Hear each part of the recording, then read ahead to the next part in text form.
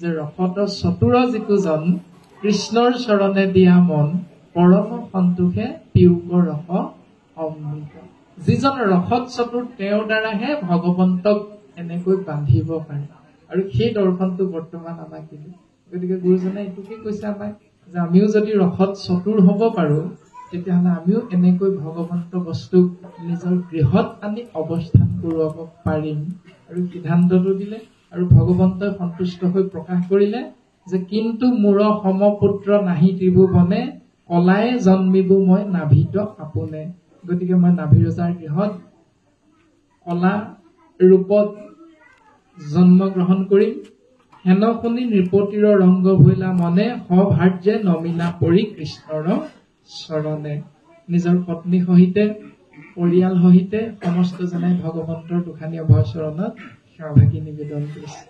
আৰু ক্ৰম অনুসাৰে এনেকে আগবঢ়াই নিছে।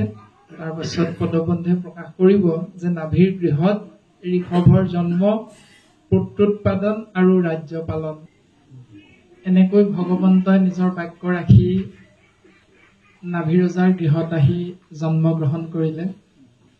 আৰু সেই জন্মৰ পাছত যিহেতু সেই সন্তান ভগৱন্ত নিজে কলা ৰূপত অৱতাৰ ধাৰণ কৰিছে আৰু সেই অৱতাৰ ধাৰণ কৰোঁতে ধ্বজ বজ অংকুশে অংকিত পদতল ঈশ্বৰৰ চিহ্ন যত আশ্ৰয় সকল মহাশান্ত মূৰ্তি শুদ্ধময় কলে বৰ পৰম সুহৃদ ভৈলা সমস্ত লোকৰ।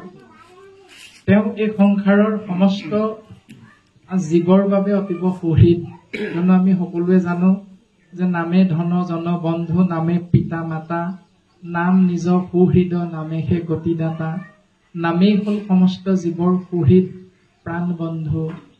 গতিকে হৃদয়ৰ বন্ধু প্ৰাণ বন্ধু কৃষ্ণ তত্ত্বই যেতিয়া ভকতৰ মনোবাঞ্ছা পূৰণ কৰি কলা ৰূপত অৱতাৰ ধাৰণ কৰিলে আৰু স্বাভাৱিকতে সেই জনাটো সমস্তৰে সুহৃদ হবই, সমস্তৰে আত্মীয় হবই। আৰু সমস্ত গুণতে ভগৱন্ত ঋষভ শ্ৰেষ্ঠ আছিল। আৰু সেইকাৰণে সমস্ত জনাই তেওঁৰ এটা নাম ৰাখিছিল। সেই নামটো হল ঋষভ। তাৰ অৰ্থই হল যে অনুপাম। যিজন আমাৰ মাধৱদেৱ গুৰুজনাই কৃপালু শ্ৰীমন্ত শংকৰদেৱ গুৰুজনাৰ দৰ্শন দিছে, কৃষ্ণদেৱৰ নামৰ দৰ্শন দিছে যে ধৰ্ম অনুপাম, যাৰ তুলনা কৰিব নোৱাৰি, অতুলনীয়, যাক উপমা দি শেষ কৰিব নোৱাৰি। গতিকে তেনে গুণেৰে বিভূষিত ইক্ষতত্বৰ কলা অৱতাৰ সেই সন্তানটি নাম সমস্তজনে ৰাখিলে ঋষভ। আৰু তাতেই ক্ষুণ্ণ হল স্বৰ্গৰ দেৱৰাজ ইন্দ্ৰ যে হেন শুনি বাসৱৰ ক্ৰোধ ভৈলা জাত, মোত কৰি শ্ৰেষ্ঠ ভৈলা ইহাৰ প্ৰতাপ।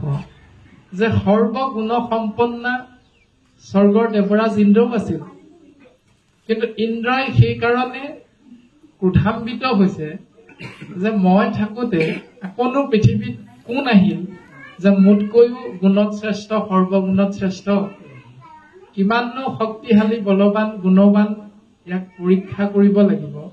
তেতিয়া ক্ৰোধান্বিত হৈ ইন্দ্ৰই মেঘগণ সহিতে বায়ু সহিতে সমস্ত অনুচৰ বৰ্গকে দেৱতা মণ্ডলীকে আদেশ কৰিলে যে ইহাৰৰ ৰাজ্যত নকৰিবা বৰিখন, দেখো কেন মতে ইটো ৰাখে প্ৰজাগণ। যে ইয়াৰ ৰাজ্যখনত বৰষুণ দিব নালাগে, বৃষ্টিপাত হব নালাগে। এনেধৰণে দেৱতাসকলক আজ্ঞা কৰিলে কেনেকৈনো ইয়াৰ প্ৰজাসকলক ৰক্ষা কৰিব পাৰে দেখা যাব। কিন্তু প্ৰকৃততে গুণত অনুপম হয় নে নহয়, সৰ্বগুণ সম্পন্ন হয় নে নহয়, প্ৰমাণ চাবৰ বাবে স্বৰ্গৰ দেৱৰাজ ইন্দ্ৰই এই ব্যৱস্থাটো পালন কৰিছে। হেনমতে বৃষ্টি নকৰিলা পুৰন্দৰ, মিলিল দুৰ্ভিক্ষ আতি লোক ক্ষয়ংকৰ। সেই ৰাজ্যত বৃষ্টিপাত নোহোৱাৰ বাবে স্বাভাৱিকতে আকাল অনাবৃষ্টি দুৰ্ভিক্ষই লগ এৰা নিদিলে। সকলোবিলাক মানুহৰ মাজত হাহাকাৰ সৃষ্টি হল। কিন্তু এই কথাটো ভগৱন্ত ইক্ষতত্ত্ব যিহেতু নিজে আহিছে ধৰাধামত জীৱৰ মংগলৰ অৰ্থে, সেইকাৰণে অন্তৰ্যামী ভগৱন্তে সকলো জানিলা। তেওঁ সকলো জানিয়ে আছে আৰু জানি লৈ ইন্দ্ৰৰ গৰ্ব সৰ্ব কৰাৰ নিমিত্তে ভগৱন্ত ইষতত্ব ঋষভে বাসৱৰ কৰ্মহেন জানিলন্ত মনে আপুনি ভৈলন্ত মেঘ গণ তাৱক্ষণে বৰশিলা ৰাজ্যত আপুনি যুগ বলে ঋষভৰ কৰ্ম দেখি বিস্ময় সকলে। তেওঁ নিজেই যিহেতু সৃষ্টি স্থিতি প্ৰলয়ৰ গৰাকী, সেইকাৰণে তেওঁ সেই ব্যৱস্থাটো সুন্দৰভাৱে পালন কৰি ললে নিজে নিজে। সেই দৰ্শনটো দিছে, যি ধৰণে দশম স্কন্ধত ইয়াৰ এটা হুবহু দৰ্শন দিছে যে বলৰাম সহিতে কৃষ্ণই যেতিয়া বৃন্দাবন ক্ষেত্ৰত গোপ শিশুসকলৰ লগত লগৰীয়াসকলৰ লগত গৰু চৰাই আছিল, তেতিয়াও ব্ৰহ্মাই এইজননো ভগৱান হয় নে নহয়, ক'ৰ পৰানো আহিলে ভগৱান, এনেকুৱা এটা অহংকাৰত মত্ত হৈ গৰু পোৱালি আৰু ৰখীয়া সকলোকে চুৰ কৰি লৈ গৈছিল। আৰু এবছৰ মানৰ মূৰত আহি যেতিয়া চাইছেহি যে মই য'ত লুকুৱাই থৈছো তাতো একেখিনিয়ে আছে আৰু বৃন্দাবন ক্ষেত্ৰতো একেখিনিয়ে আছে।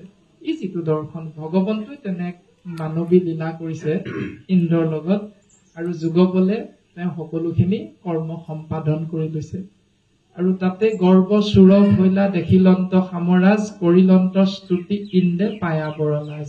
আৰু ইন্দ্ৰৰ তাতে গৰ্ব সৰ্ব হৈছে আৰু নিজে আহি ঋষভক স্তুতি কৰিছে, আৰু স্তুতি কৰিছে অপৰাধ ক্ষমা কৰিবৰ অৰ্থে আৰু সন্তুষ্ট কৰিবলৈ ভগৱন্তৰ চৰণত তেওঁ নিজৰ কন্যা জয়ন্তীক অৰ্পণ কৰিছে।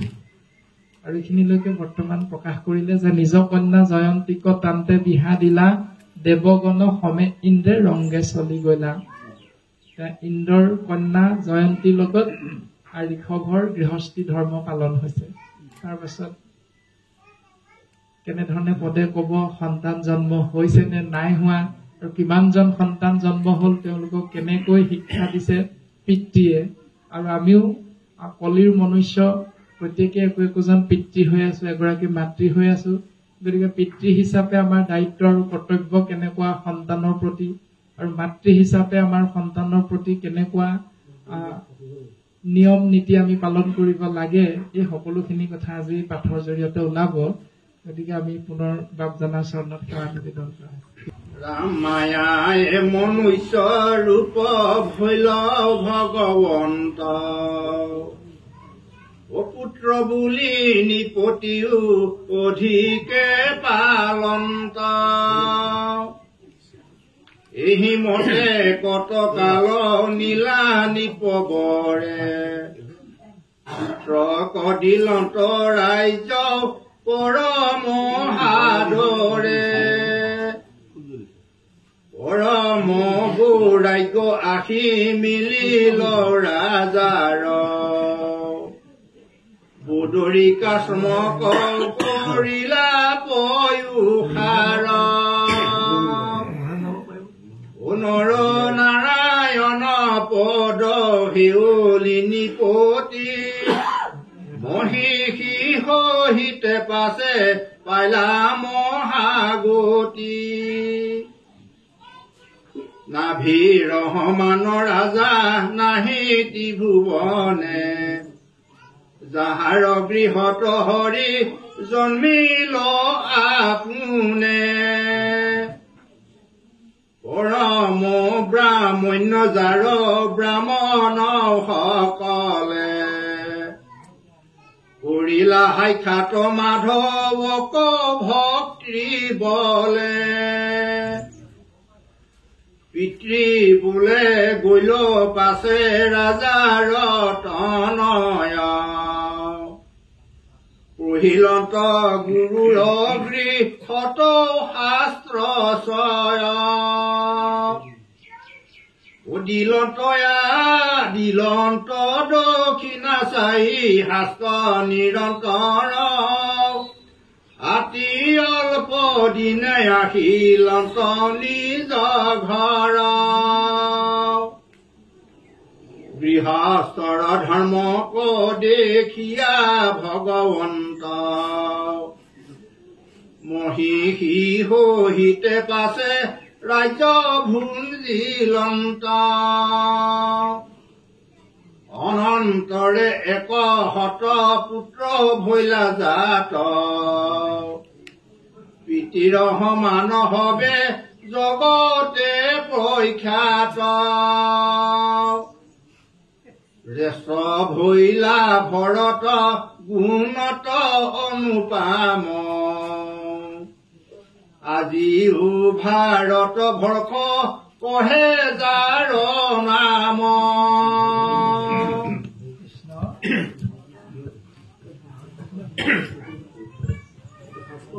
ৰাম কাহান অনুজ কুশাৱৰ্ত ইলাৱৰ্ত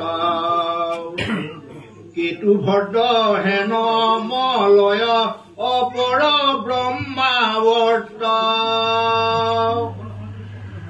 ইন্দ্ৰস্পিক আৰু বিদৰ্ভ কি কত এহি নৱজনকয় ধিক একানবৈত আৰু নৱজন ভৈলা মহাভাগৱত সম্বাৰ নাম ৰাজা কৰিবু বেকত কৃষ্ণ। তাৰ পাছত গদৰিকাশ্ৰমত নাভি ৰজাৰ মহাপ্ৰয়াণ হল আৰু পিতৃৰ মহাপ্ৰয়াণৰ পাছত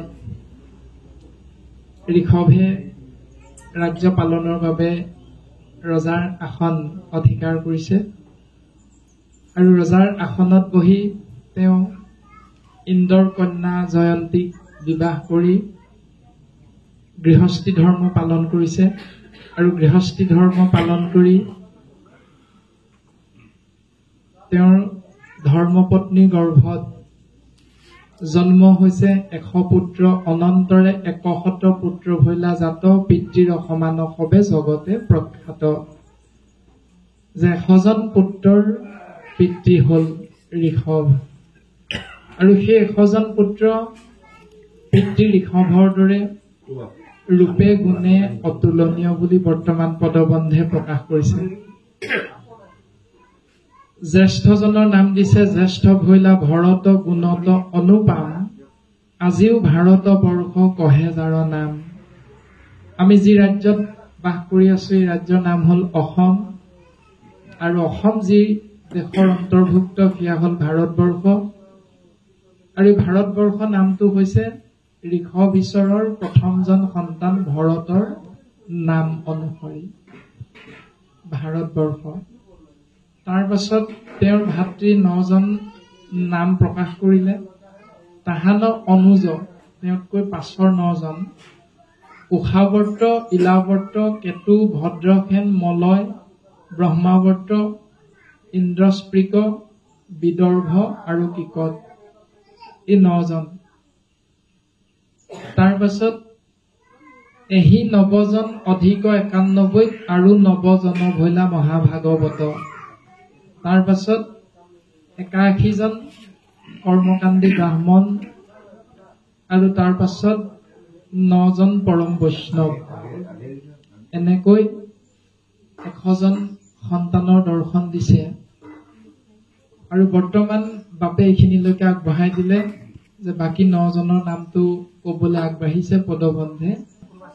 এই 9জন নৱজন সিদ্ধ ভৈল পৰম বিশিষ্ট আৰু সেই 9জনৰ পাছত কাহিনী আমাক সুন্দৰভাৱে প্ৰকাশ কৰিব বাপে পুনৰ আগবঢ়াই দিব। আমি পদবন্ধে আগবাঢ়ি যাম। কৃষ্ণ। বাসুদেৱ নাৰদৰ সম্বাদ বিস্তৰ কহিবু মহিমা নৱ সিদ্ধ সমস্তৰ একত্ৰ নিবাসতান নাহি কদাচিত মহন্তৰ সংগে সদা ফুৰা পৃথিৱীত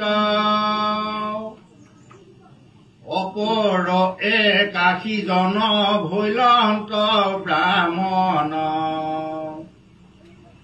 যজ্ঞশীল কৰ্মনিষ্ঠ ধৰ্মত নিপুণ এহি এক হত পুত্ৰ ৰৈল স্থানে স্থান সবাতে অধিক ভৈল ভৰত প্ৰধান পৰীক্ষ ভেদ পৰিলা পাছে যেন যেন কাজ সমস্তে কহিবু শুনিও কও মহাৰাজ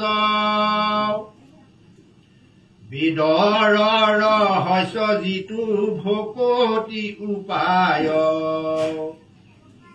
ব্ৰাহ্মণৰ মুখে শিক্ষা দেত কৃপাময়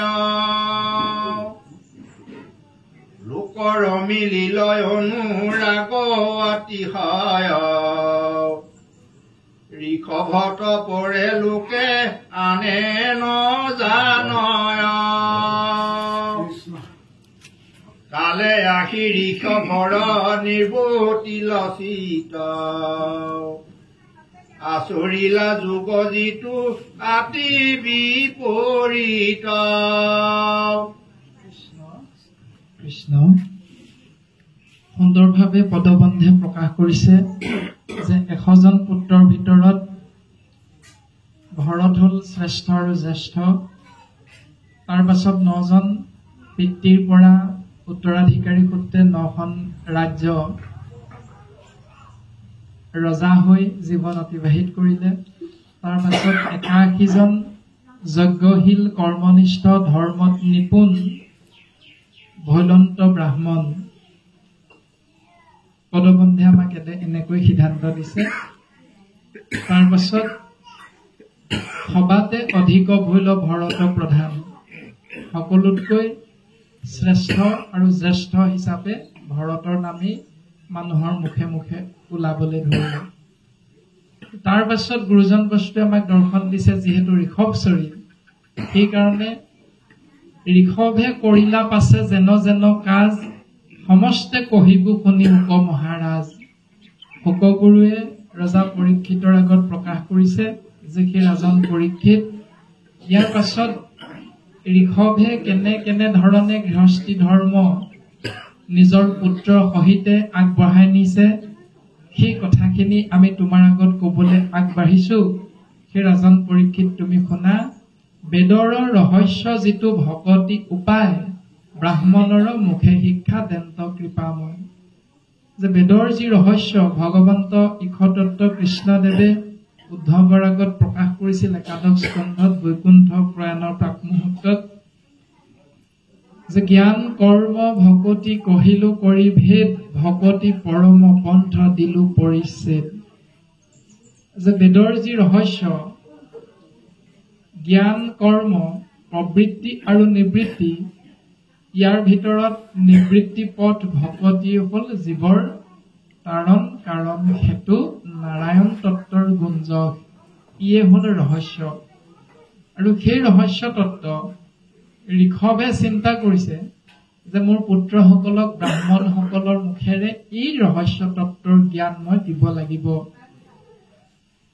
লোকৰো মিলিল অনুৰাগ অতিশয় ঋষভত পৰে লোকে আন নজানয় এইখিনি কথা কৈ ঋষভৰ বাহিৰে বেলেগে জনা নাছিল কালে আখি ঋষভৰ নিবৰ্তিল চিত্ত আচৰিলা যুগ যিটো আতি বিপৰীত আৰু সময় বাগৰি গল ঋষভে চিন্তা কৰি কৰি তেওঁৰ পুত্ৰসকলক কেনেকৈ সেই তত্ত্ব জ্ঞান প্ৰদান কৰিব পাৰি এইটো চিন্তা কৰি এটা পথ আশ্ৰয় কৰিছে আৰু সেই পথটো কি ৰাম একদিনা পুত্ৰ গণ লয়া ভগৱন্ত ব্ৰহ্মাৱৰ্ত দেখি গয়া প্ৰৱেশ ভৈলন্ত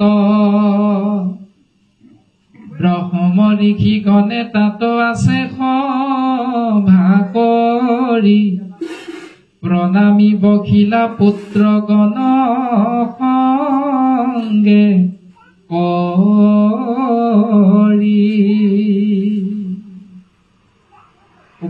গৈছে পিতৃ ঋষভে পুত্ৰসকলৰ ভালৰ অৰ্থে। উপায়টো কি? একদিনা পুত্ৰগণ লৈয়া ভগৱন্ত ব্ৰহ্মাৱৰ্ত দেখি গৈয়া প্ৰৱেশ ভৈলন্ত। যেদিনাখন নিজৰ 100জন পুত্ৰক লগত লৈ হেৰা মোৰ পুত্ৰসকল, কালিলৈ আমি এফালে যাম, তোমালোক ওলাবা দেই মোৰ লগত। এনেধৰণে আমাৰ যিটো এটা বাস্তৱ জীৱনৰ যিখন ছবি আমি প্ৰত্যেকে মনলৈ আহি যায়, ঠিক তেনেকে শাস্ত্ৰই প্ৰকাশ কৰিছে যে ভগৱন্ত ইক্ষতত্বৰ ঋষভে নিজৰ পুত্ৰসকলক লগত লৈ ব্ৰহ্মাৱৰ্ত নামৰ এক স্থানত গৈ উপস্থিত হৈছে। ব্ৰহ্মাৱৰ্তৰ স্থান মানে য'ত অতীত, বৰ্তমান, ভৱিষ্যত ত্ৰিকাল দৰ্শন কৰিব পৰা মহান মহান ঋষিসকলে পৰম ব্ৰহ্ম ইক্ষতত্বৰ চিন্তাত ব্ৰতী হৈ থাকে একেলগে যি স্থানত, সেই স্থানৰ নাম হল ব্ৰহ্মাৱৰ্ত। আৰু সেই স্থানত 100জন পুত্ৰক লগত লৈ ঋষভ প্ৰভু যেতিয়া উপস্থিত হৈছে, ব্ৰহ্ম ঋষি গণে তাত আছে সভা কৰি, প্ৰণামী বহিলা পুত্ৰগণ সংগে কৰি। পিতৃয়ে প্ৰথম ভকতৰ সংগলৈ যাওঁতে সেই দৰ্শনটো দিছে যে ভকতৰ সংগলৈ যাওঁতে তোমালোকে পোনে পোনে গৈ আসনখন খালী হৈ আছে বুলিয়ে বহি নিদিবা। সেই দৰ্শনটো দিছে যে যিজন বহি আছে তেওঁক তুমি সেই সমাজত মান্যতা প্ৰদান কৰি এভাগী সেৱা জনাই মূৰটো তললৈ কৰি তুমি সেই সেৱাভাগ জনাইহে তোমাক নিৰ্দিষ্ট কৰি দিয়া আসন ভাগত তুমি বহিবা। এইটো যিটো শিষ্টাচাৰ বুলি কয় আমাৰ, সেই দৰ্শনটো ঋষভে নিজৰ পুত্ৰসকলক দেখুৱাবলৈ গৈ আপুনি আচৰি ধৰ্ম আনকো শিকায়। প্ৰথম ধৰ্মটো নিজে কৰি দেখুৱাইছে যে এনেকৈ কৰিব লাগে। তাৰ পাছত পুত্ৰসকলে সেই মতেৰে পিতৃ নিৰ্দেশ পালন কৰি সেই নিয়মটো পালন কৰিছে। আৰু আমাকো সকলোকে সেইটোকে শিকাইছে যে আমিও সন্তানক যদি লৈ যাওঁ কিবা এটা শিকাবৰ নিমিত্তে, তেতিয়া ঘৰৰ চাৰিবেৰৰ মাজতে নাৰাখি আমি সেই মহান মহান অনুষ্ঠান কৰ্মৰ মাজলৈ আমি সন্তানটোক লৈ যাব লাগে। আৰু নি বোলে সেৱা কৰগৈ যায় বুলি সন্তানটোক পঠিয়াই দিব নালাগে। আমি বোলে ফোনটো আহা আমি সেৱা কৰিম। এতিয়া এই যিটো দৰ্শন শাস্ত্ৰই দিছে, আপুনি আচৰি ধৰ্ম আনকো শিকায়। প্ৰথম নিজে পালন কৰা, তাৰপাছত নিজৰ ইষ্ট মিত্ৰ কুটুম্ব ককাই ভাই বংশ পৰিয়াল যি জোঁৱাই যি আছে সেই সকলোকে সেই দৰ্শনটো আমি দেখুৱাব, যিটো ঋষভে নিজে কৰি দেখুৱাইছে বাস্তৱত।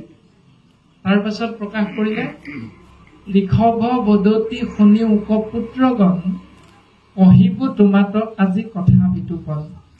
ঋষভ প্ৰভুৱে কৈছে যে হেৰা মোৰ পুত্ৰসকল, তোমালোকক আজি মই অতি বিতোপন সুন্দৰ সুন্দৰ কিছুমান কথা কম, যিবিলাক কথা তোমালোকে আশ্ৰয় কৰিলে তোমালোকৰ ভৱিষ্যত জীৱনটো সুন্দৰৰ পৰা সুন্দৰ হৈ গৈ থাকিব।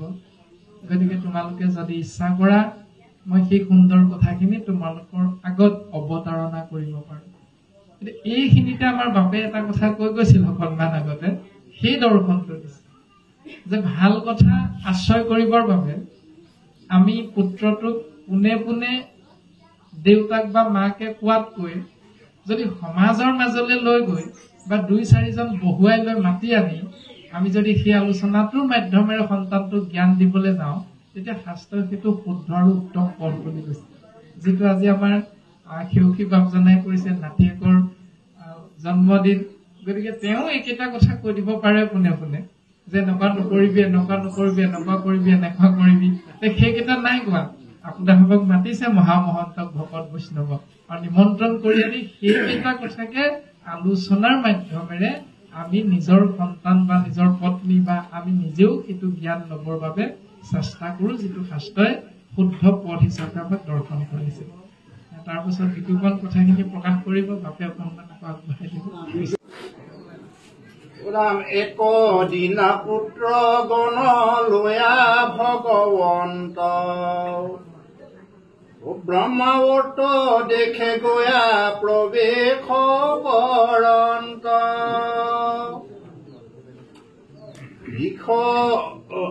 ব্ৰহ্ম ঋষি গণে তাত আছে সভা কৰি, প্ৰণামী বহিলা পুত্ৰ গণ সংগে কৰি।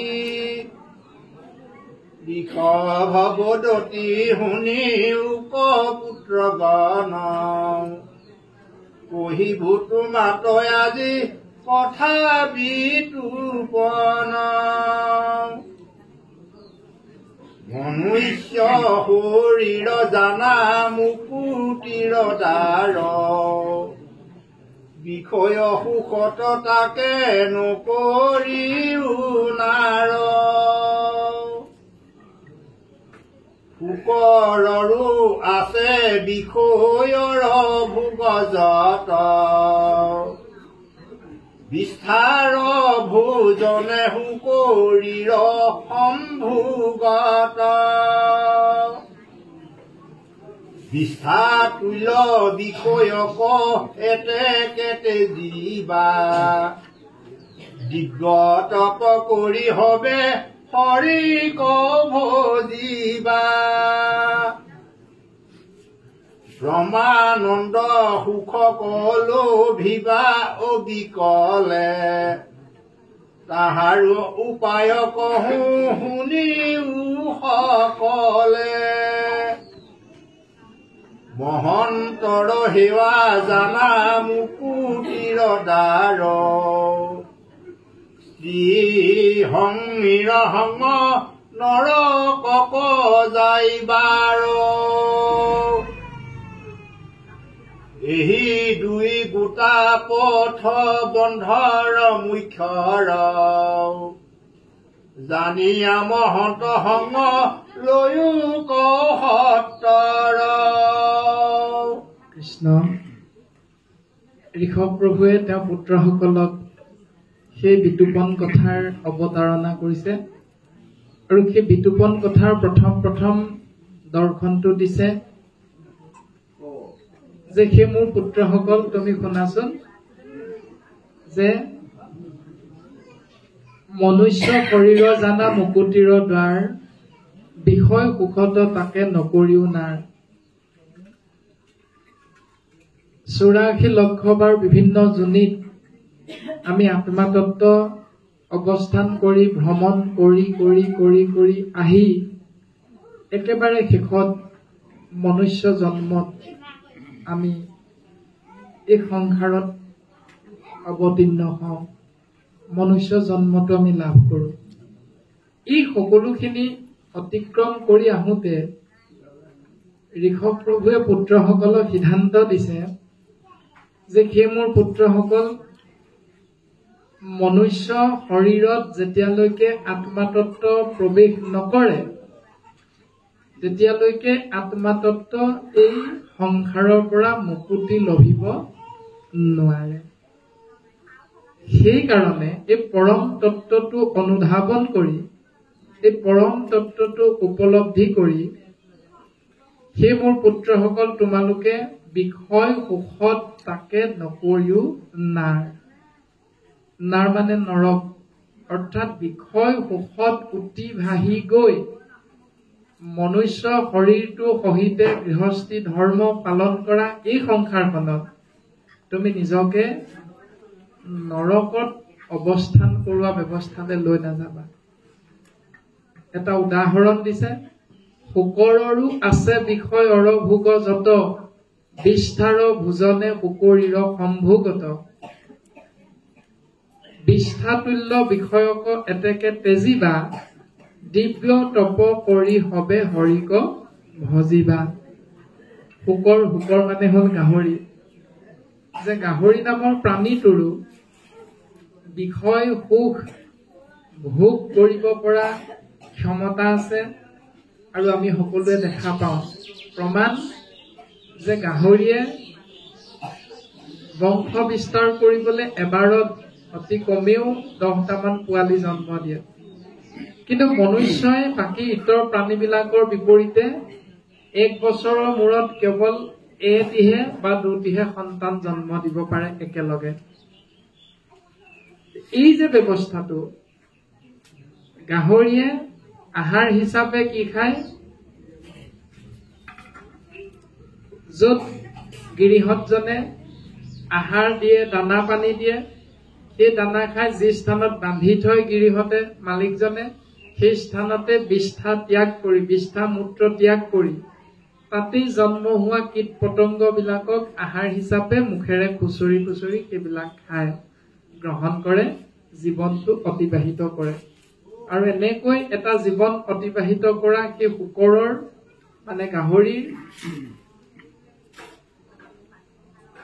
বিষ্ঠাৰ ভোজন শুকৰীৰ সম্ভোগত যি ব্যৱস্থা সেই ব্যৱস্থাটো বিষ্ঠা তুল্য সেইটো জীৱৰ মংগল নহয় গতিকে তেনেকুৱা এটা জীৱন যদি তোমালোকে কৰা তেতিয়াহ'লে তোমালোকৰ আৰু গাহৰিৰ জীৱনৰ মাজত কোনো পাৰ্থক্য নাথাকিব আৰু গুৰুজনে আমাক এইটোৱে উত্তৰ প্ৰদান কৰিছে উপদেশ হিচাপে যে চাৰিটা শব্দ আছে সংসাৰখনত আমি আশ্ৰয় কৰি থকা সেই চাৰিটা শব্দ প্ৰথম যদি চিন্তা কৰো এক হ'ল আন দুই হ'ল মাৰ তিনি হ'ল কাট চাৰি হ'ল খাওঁ আনিব লাগে মাৰিব লাগে কাটিব লাগে খাব লাগে আৰু সকলো এইটোৱে আছে আমাৰ প্ৰত্যেকৰে কিন্তু যিসকলে আমি গুৰু ধৰ্মত ব্ৰতী হলো সেইসকলে আকৌ সেই চাৰিটা শব্দকে অকণমান সংস্কাৰ হল যিটো শাস্ত্ৰই দিছে সেই চাৰিটা শব্দ সংস্কাৰ হৈ গুৰু ধৰ্মত ব্ৰতী হোৱা বাপাইসকলে কি কৰে গুৰু দেৱ নাম আৰু ভকত যে গুৰুত নিদিয়াকৈ গ্ৰহণ নকৰো দেৱত অৰ্পণ নকৰাকৈ গ্ৰহণ নকৰো গুৰু দেৱ নাম ভকতত অৰ্পণ কৰাৰ পাছতহে আমি আহাৰ মুঠি গ্ৰহণ কৰিম সেইটো ব্যৱস্থা যে সংস্কাৰ আৰু অসংস্কাৰৰ ব্যৱস্থাটো কোনে শিকাইছে শাস্ত্ৰসন্মতে ঋষভ প্ৰভুৱে নিজৰ এশজন পুত্ৰক সেই দৰ্শনটো দিছে গতিকে বিষ্ঠা তুল্য বিষয়ক এতেকে তেজিবা সেই বিষ্ঠা তুল্য বিষয়বিলাক তোমালোকে ত্যাগ কৰা বিপৰীতে দিব্য তপ কৰি হবে হৰিক ভজিবা অৰ্থাৎ ৰাতিপুৱা যাৰ তুমি যে চকুকেইটা মেলিবা বিচনাৰ পৰা সেই চকুকেইটা নিজে নিজে মেল নাখায় এইটো কেৱল আত্মাতত্ব হৃদয়ত থকা কৃষ্ণ তত্ত্বৰ কৃপাৰ বশতহে আমাৰ চকুকেইটা শক্তি লাভ কৰি মেল খাই যাব পাৰে আমি এঠাইৰ পৰা আন ঠাইলৈ যাবৰ বাবে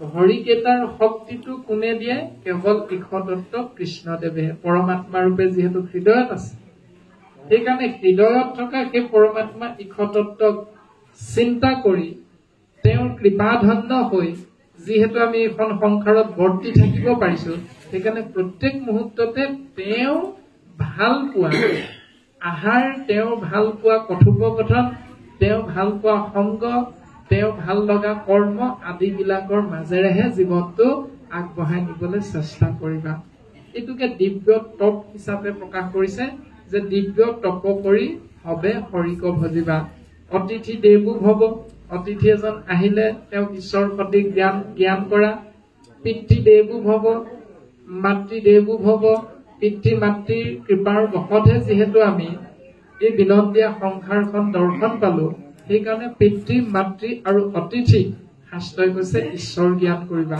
আৰু এই জ্ঞানটো কৰিবৰ বাবে যি ব্যৱস্থা এই ব্যৱস্থাটোৰ নামেই হ'ল দিব্য তপ যিহেতু কৃষ্ণ তুমি আছা হেনো সবাৰো ক্ৰীডিত তত্ত্ব নাপায় তোমাক বিচাৰো বাহিৰত কৃষ্ণ তত্ত্ব যিহেতু সকলোৰে হৃদয়ৰ মাজত আছে সেইকাৰণে সকলোৰে প্ৰতি সমভাৱ সত্য শৌচ ক্ষমা দয়া এই চাৰিটা বস্তুৰ মাজেৰে জীৱনটো আগবঢ়াই নিবলৈ চেষ্টা কৰিবা আৰু তেতিয়া লাভ কি হব ব্ৰহ্মানন্দ সুখক লভিবা অবিকলে তাহাৰ উপায় কহো শুনিও সকলে ইয়াৰ দ্বাৰা তোমালোকে ব্ৰহ্মানন্দ সুখ লাভ কৰিব পাৰিবা আৰু ইয়াৰ বাবে আৰু কিছু নিয়ম আছে সেই নিয়মখিনিও আমি তোমালোকৰ আগত ব্যক্ত কৰিবলৈ আগবাঢ়িম তোমালোকে শুনা এই বুলি বৰ্তমান পদবন্ধে প্ৰকাশ কৰিলে তাৰ পাছত বাপে আকৌ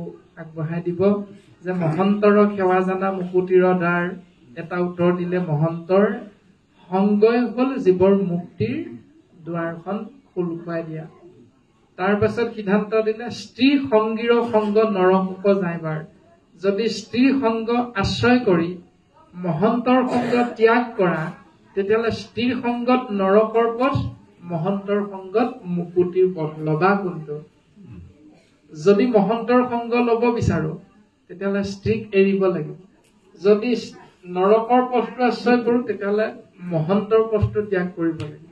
কিন্তু যিজন প্ৰকৃততে ৰসত চতুৰ তেওঁ দুইটাই আশ্ৰয় কৰে। কেনেকৈ? যে গৃহস্থী ধৰ্ম পালন কৰে মহন্তৰ আজ্ঞা অনুসৰি। গৃহস্থী ধৰ্ম পালনৰ পাছত সন্তান জন্ম দি সেই সন্তানক মহন্তৰ আজ্ঞা অনুসৰি নিয়মৰ শাস্ত্ৰসন্মত নিয়মৰ মাধ্যমেৰে তেওঁ জীৱনটো আগবঢ়াবলৈ চেষ্টা কৰাৰ কাৰণে তেওঁৰ কাৰণে স্ত্ৰী নৰকৰ পথ হৈ নাথাকে।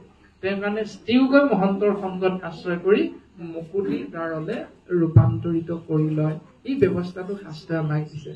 নহলে শাস্ত্ৰইটো কৈছে ধন জন পুত্ৰ ভাৰ্যা সবহি অসাৰ। এই অসাৰ বিলাকক তুমি সাৰ কৰিব পাৰিবা, সেইটো গুৰুজনে আমাক পথটো দিছে, সাৰ কৰা পথটো। যে কৃষ্ণৰ নাম ভকতৰ সংগ মহন্ত সাধু সন্ত আদি সংগত তুমি যদি অৱস্থান কৰা নিজেও লগতে সন্তানকো পত্নীকো সকলোখিনিয়ে যদি একেলগে ভকতৰ সংগ আশ্ৰয় কৰো তেতিয়াহ'লে সেইটো হ'ল জীৱৰ পৰম মংগলময় পথ। আৰু এনেকৈ সিদ্ধান্ত দিলে যে এহি দুই গোটা পথ বন্ধৰ মুখৰ জানিয়া মহন্ত সংগ লৈব সত্ৰৰ। এই দুটা পথেই হ'ল নৰকৰ পথ। কোন দুটা? এক হ'ল বিষয় সুখত ভকতৰ সংগলে পিঠি দিয়া, বিষয় সুখ ভোগ কৰি ঈশ্বৰ সেৱালে পিঠি দিয়া, 1 নম্বৰ। 2 নম্বৰটো হ'ল স্ত্ৰী সংগ পাই ভকতৰ সংগলে পিঠি দিয়া। গতিকে এই দুটা পথেই হ'ল এজন মানুহক এটি আত্মাতত্বক নৰকলৈ লৈ যোৱাৰ একমাত্ৰ পথটো এই দুটা। গতিকে আমি নৰকলৈ নগৈ যদি বৈকুণ্ঠলৈ যাব বিচাৰো তেতিয়াহ'লে নিজৰ লগতে আমি সংসাৰ ধৰ্ম পালন কৰা, গৃহস্থী ধৰ্ম পালন কৰা পৰিয়ালটোক যদি আমি ভকতৰ সংগলৈ লৈ যাব পাৰো একেলগে, তেতিয়াহ'লে এইটো অসাৰৰ পৰা সাৰ বুলি শাস্ত্ৰই আমাক এই পথটো দৰ্শন কৰে।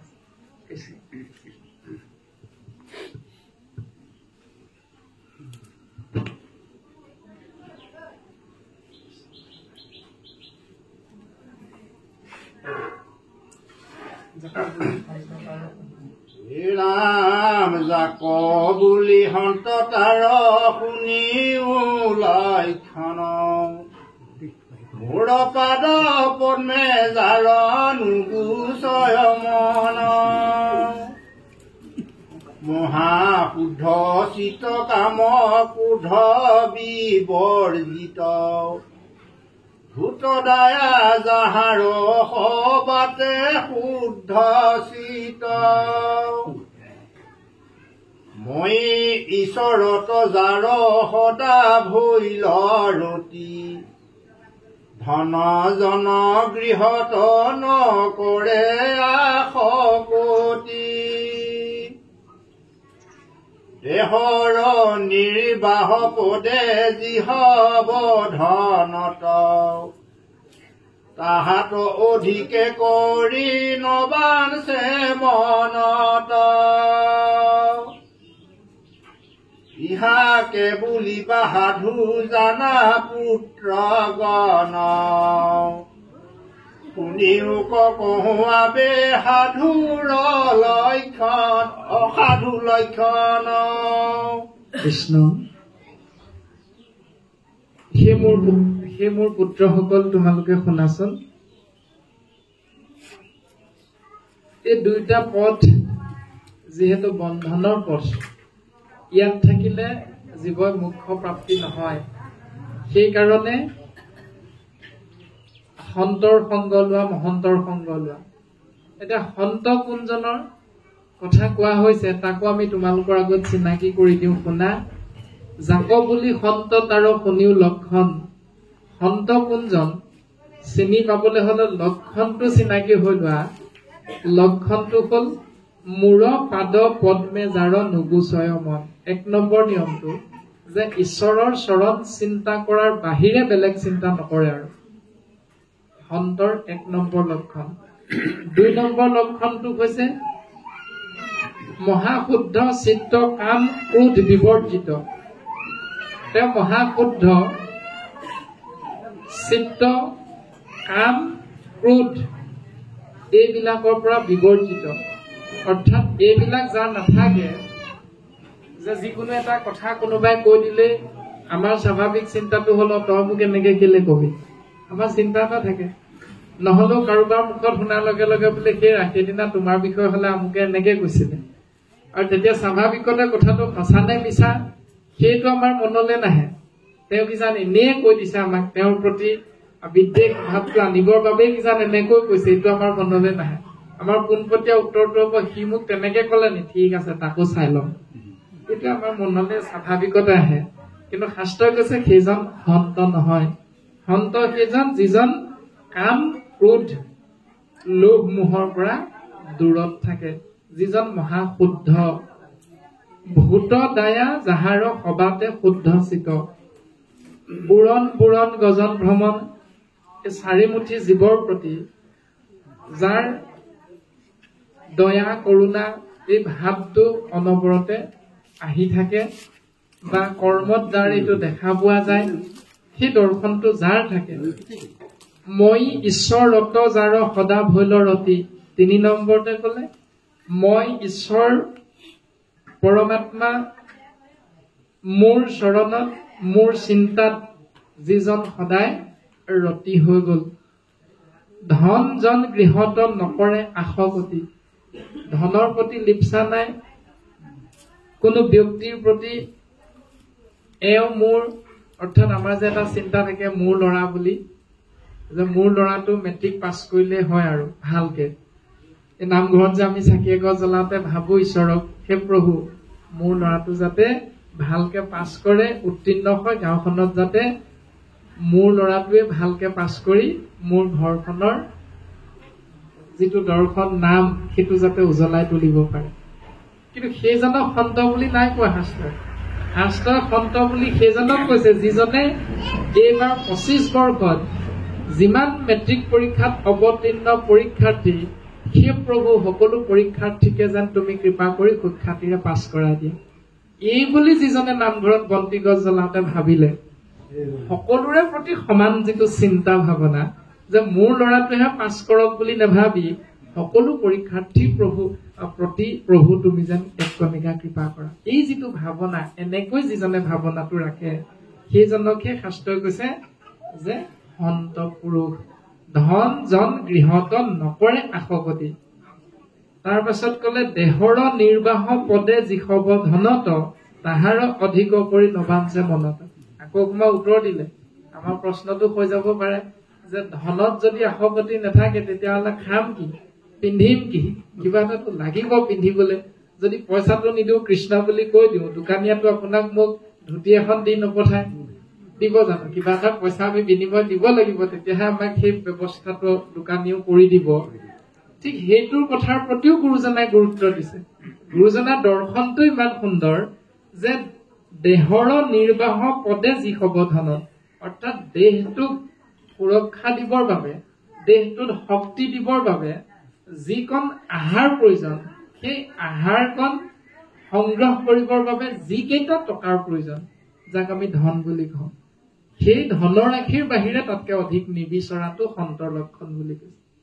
এতিয়া এজন মানুহে যদি এবাৰত এপোৱা খায়, এপোৱা চাউলৰ ভাত খায়, এনেধৰণে হিচাপ কৰি যদি এসাঁজত 50 টকামান হলে হৈ যায়, যদি এটা হিচাপ কৰো, তেতিয়া ঘৰখনত কেইজন মানুহ আছে? 5 জন।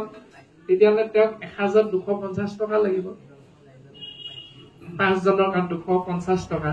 সেই 250 টকা এসাঁজত লাগিলে দিনটোত আমি দুসাঁজ খাওঁ, দুসাঁজত আমাক 500 টকা লাগিব। এতিয়া 500 টকা এদিনত হলে 30 দিনত কিমান লাগিব? 15,000 টকা।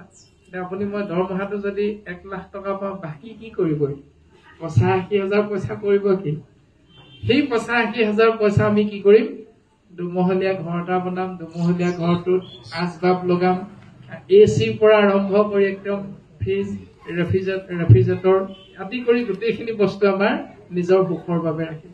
কিন্তু দাঁতিৰ গৃহস্থী ঘৰ যদি টিং পাতৰ অভাৱত টকৌপাত নৰা লগোৱাৰ কাৰণে তেওঁ বৰষুণ দিলে বাৰিষা পানীৰ মাজত থাকিব লগা হয়, সেইজনৰ প্ৰতি যদি চকু নিদিওঁ, দৃষ্টি নিদিওঁ, তেতিয়াহ'লে আপুনি মই ৰাম নাম ললেও নহব। সেই দৰ্শনটো সকলোৰে প্ৰতি সমভাৱ, যে তোমাৰ প্ৰয়োজনীয় খিনি ৰাখা। 15,000 প্ৰয়োজন এমাহত চলিবলৈ, তুমি 1 লাখেই যেতিয়া দৰমহা পোৱা 50,000 ৰাখি থোৱা, আৰু তুমি অকণমান নিজৰ সুবিধাৰ কাৰণে ৰাখা বাৰু। কিন্তু 1 লাখ টকাটো ৰখাটো যে একেবাৰে শুদ্ধ, এইটো কথা নাই।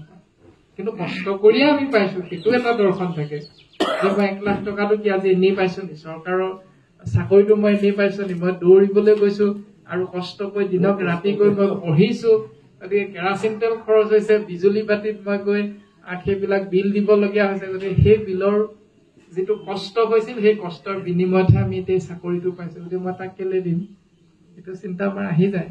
কিন্তু যিজনে এক ঈশ্বৰত শৰণ ললে, শৰণ লোৱাৰ লগে লগে তেওঁ এই দৰ্শনটো সুন্দৰভাৱে বুজি পায়। কিন্তু যিসকলে এক ঈশ্বৰত শৰণ লোৱা নাই তেওঁলোকে এই দৰ্শনটো বুজি পাবলৈ অলপ দেৰি লাগিব। কিন্তু পাৰ্থক্যটো মাত্ৰ এইটো যে আমি যদিও দোকানী, আমি যদিও খেতিয়ক, আমি যদিও চাকৰিয়াল, কি কৰ্ম কৰিছো এইটো ডাঙৰ কথা নহয়, যে কৰ্মটোত আমাৰ দুটা বস্তু লাগিব, এক হল সততা, এক হল সৎ। যে সৎ ভাৱে আমি কৰ্মটো কৰিছো নাই আৰু তাত সততাটো আমি ৰক্ষা কৰিছো নে নাই কৰা, সেই দুটা বস্তু আমাক লাগিব।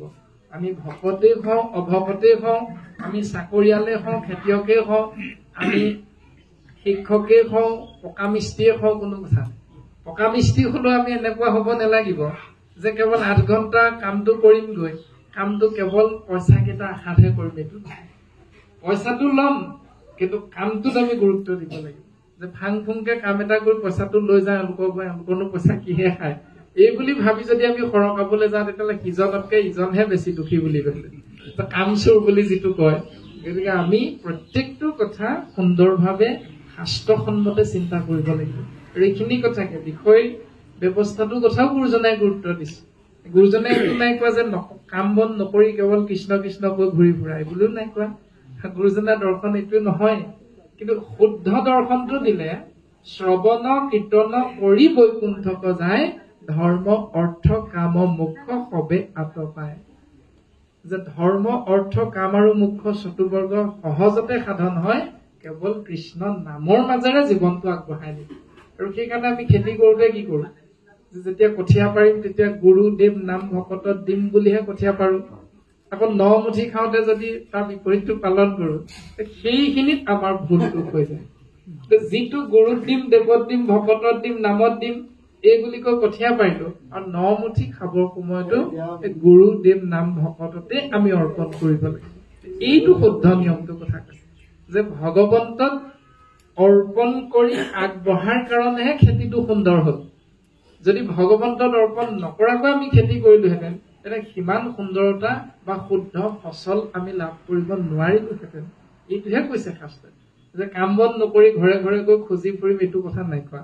গুৰুজনাৰ দৰ্শনটো সুন্দৰভাৱে বিজ্ঞান জড়িত হৈ আছে, খুব সুন্দৰ দৰ্শন গুৰুজনা। গতিকে এনেকৈ বৰ্তমান ঋষভ প্ৰভুৱে কলে কথাখিনি, তাৰ পাছতে প্ৰকাশ কৰিব। ইহাক বুলিবে সাধু জানা পুত্ৰগণ, শুনিওক কহুৱাবে অসাধু লক্ষণ। এই নিয়ম কেইটা যিজনে পালন কৰে সেই লক্ষণ কেইটা আমি সমাজত থাকি যাৰ প্ৰতি পৰে যে এইজনৰ গাত এই লক্ষণ কেইটা আছে, শাস্ত্ৰই সেইজনক সন্ত বুলি জ্ঞান কৰিবলৈ কৈছে, সেইজনকে সাধু বুলি সিদ্ধান্ত দিছে। এতিয়া অসাধুজন কেনেকৈ চিনি পাম, অসাধুৰ লক্ষণ এটা কব কৃষ্ণ। ইন্দ্ৰিয়ৰ প্ৰীতি সাধি কৰ্মচয় কৰে, পৰম প্ৰমত্ত পাপ সততে আচৰে। সেই কৰ্ম পাশে জীৱে বান্ধে আপোনাক, নানা দেহ ধৰি ক্লেশ ভুঞ্জয় অনেক। উৰাম যাৱত পুৰুষে তত নকৰে কি বিচাৰ, অজ্ঞান তিমিৰে পৰি দেখে অন্ধকাৰ। ওপৰ ভাৱত দেখে পাছে জীৱচয়, আপোনাৰ নিজ স্বৰূপ কওঁ নজানয়। আবে আৰ হেতু শুনিও পুত্ৰগণ, কৰ্মজৰি বান্ধিলে পুৰুষৰ মন। হেন কৰ্মাত্মক মনে শৰীৰক ধৰে মৰি উপজয়কতো উপজিয়া মৰে হিমতে কৰ্মৰ অধীন হুয়ানৰ নানান জুনিত ভ্ৰমি ফুৰে নিৰন্তৰ অবিদ্যা ঢাকিলে নাহি আত্মা পৰিচয় শুনিও কহুৱা বেতৰণ উপায় আমাক অসাধু লক্ষণৰ এটা সিদ্ধান্ত দিলে যে ইন্দ্ৰিয়ৰ প্ৰীতি সাধি কৰ্মচয় কৰে পৰম প্ৰমত্ত পাপ সততে আচৰে 24টা তত্ত্বৰে গঠিত শৰীৰটোত 10টা ইন্দ্ৰিয় আছে আৰু সেই ইন্দ্ৰিয় কেইটাৰ ওপৰত যি ৰজা সেই ৰজা হল একাদশ ইন্দ্ৰিয় মন 11 নম্বৰ ইন্দ্ৰিয়টো হল মন বাকি 10টা ইন্দ্ৰিয়ক পৰিচালনা কৰি থাকে নিয়ন্ত্ৰণ কৰি থাকে এতিয়া সেই মন ৰূপী একাদশ ইন্দ্ৰিয়ৰ তত্ত্বাৱধানত যিকেইটা 10 ইন্দ্ৰিয় পঞ্চ জ্ঞানেন্দ্ৰিয় পঞ্চ কৰ্মেন্দ্ৰিয় চলি থাকে সেই ইন্দ্ৰিয় কেইটাৰ মংগল হওক বুলি সেই ইন্দ্ৰিয় কেইটাৰ বাবে আমি যিখিনি চিন্তা কৰি কৰ্ম কৰিম সেইটোৱে হ'ল অসাধুৰ লক্ষণ আমাৰ স্বাভাৱিকতে কোনোবা এজনে কিবা এটা খুজিলে আমি কি বুলি কয় নাই নাই মোৰ ল'ৰাটোৰ আমুক তাৰিখে আমুকটো আছে গতিকে তুমি মোক এইকেইদিনত আৰু এইখিনি কথা নকবা এই যিটো ব্যৱস্থা হৈ যায় আমাৰ সেইটোৱে হ'ল অসাধুৰ লক্ষণটো যে তেওঁ কি বিপদত পৰি খুজিছে সেই কথাটো জানিবলৈ বা শুনিবলৈ আমি এবাৰো চেষ্টা নকৰোঁ নাই নাই মোৰ ল'ৰাটোৰ আমুক তাৰিখে আছে এসপ্তাহৰ পাছতে আমুকটো আছে তোমাক দি দিলে মোৰ কি হ'ব স্বাভাৱিক এইটো চিন্তা আমাৰ মনলৈ আহে ঠিক তেনেকৈ আমাৰ সেই ইন্দ্ৰিয়বিলাকৰ সুখৰ বাবেহে চিন্তা কৰি কেৱল ধন যদি আমি খৰচ কৰোঁ বা ধন যদি উপাৰ্জন কৰাৰ কথাটো চিন্তা কৰোঁ তেতিয়াহ'লে সেইটো হ'ল অসাধুৰ লক্ষণ আৰু তাৰ দ্বাৰাই প্ৰমত্ত পাপ সেই জীৱই আচৰণ কৰা হয় আশ্ৰয় কৰা হয় আৰু এনেকৈ সেই কৰ্ম পাশে জীৱে বান্ধে আপোনাক নানা দেহ ধৰি ক্লেশ ভুঞ্জয় অনেক যে এনেকৈ কৰা কৰ্মত বান্ধ খাই খাই যেতিয়া সেই শৰীৰটোৰ পৰা আত্মা তত্ত্বটো এদিন ওলাই যাব ওলাই যোৱাৰ লগে লগে অকল এই সংসাৰতে নহয় পৰা ভৱ তাৱ দেখে পাৱে জীৱ ছয় আপোনাৰ নিজ স্বৰূপক নজানা এনেকৈ ইহলোকৰ পৰা পৰলোকলৈ গৈও সেই পৰলোকতো গৈ তাৰ একো সুফল লাভ কৰিব নোৱাৰি কেৱল দুখৰ উপৰি দুখ কষ্টৰ উপৰি কষ্টহে ভোগ কৰিব লগা হয় যে এবাৰ ভুল কৰাৰ কাৰণে 84 লক্ষ বাৰ বিভিন্ন জনিত ভ্ৰমণ কৰিব লগা হয় তাৰ সৰু এটা প্ৰমাণ যদি চাই যে খুচুৰা পইচা যদি 10,000 মান এটকীয়া দুটকীয়া 5 টকীয়া যদি মেলি দিয়ে তাক যদি হিচাপ কৰিবলৈ এজনক লগাই দিয়ে পদূলি মুখৰ পৰা যদি এজনে মাতখাৰ মাতি দিয়ে হিচাপ কৰি থকা জনক বোলে বাপ কিনো কৰিছে বোলে পইচা হিচাপ কৰি আছিল বোলে কি পইচা কিমান হৈছেগে সেই যে মাতখাৰ মাতি দিলো মাতি দিয়াৰ লগে লগে আপুনি মই কিমান পাইছিলো পাহৰি আকৌ প্ৰথমৰ পৰা এটকা দুটকাকে হিচাপ কৰিব লাগিব সেই যিটো ব্যৱস্থা ঠিক এইটো কথাও তেনেকৈ কৈছে যে 84 লক্ষ বাৰ বিভিন্ন জনিত ভ্ৰমণ কৰি আমি সদৌ শেষত মনুষ্য শৰীৰত প্ৰৱেশ কৰিছো গতিকে মনুষ্য শৰীৰত প্ৰৱেশ কৰা জীৱই হ'ল মুকুতিৰ একমাত্ৰ পাত্ৰটো মনুষ্য শৰীৰ গতিকে এই শৰীৰটো পাই একেবাৰে মুঠমাত কথাকেইটা যদি চিন্তা কৰো তেতিয়াহ'লে মনুষ্য শৰীৰ পাই হৰি নভজিলা অৱশ্যে শুই বাহা ভাই তৃণতৰু একেবাৰে ফাইনেল সিদ্ধান্তটো দিছো মনুষ্য শৰীৰটো দিছো মুখ ভজি তৰিবৰ বাবে যদি তাকে নকৰা তেতিয়াহ'লে আকৌ সেই জন্মবিলাকলৈ উভতি যাব লাগিব হয় শিল হ'ব লাগিব নহয় গছ হ'ব লাগিব নহয় এনেকৈ বাকী প্ৰাণীবিলাকত অৱস্থান কৰি দুখ কষ্ট ভোগ কৰি ল'ব লাগিব এইটোৱে সিদ্ধান্ত আমাক দিছে এনেকৈ কৰ্মবন্ধনত জীৱবিলাক আমি বান্ধ খাই খাই ঘূৰিব লাগিব এই বিতুপন কথাখিনি ঋষভ প্ৰভুৱে তেওঁৰ পুত্ৰসকলৰ আগত প্ৰকাশ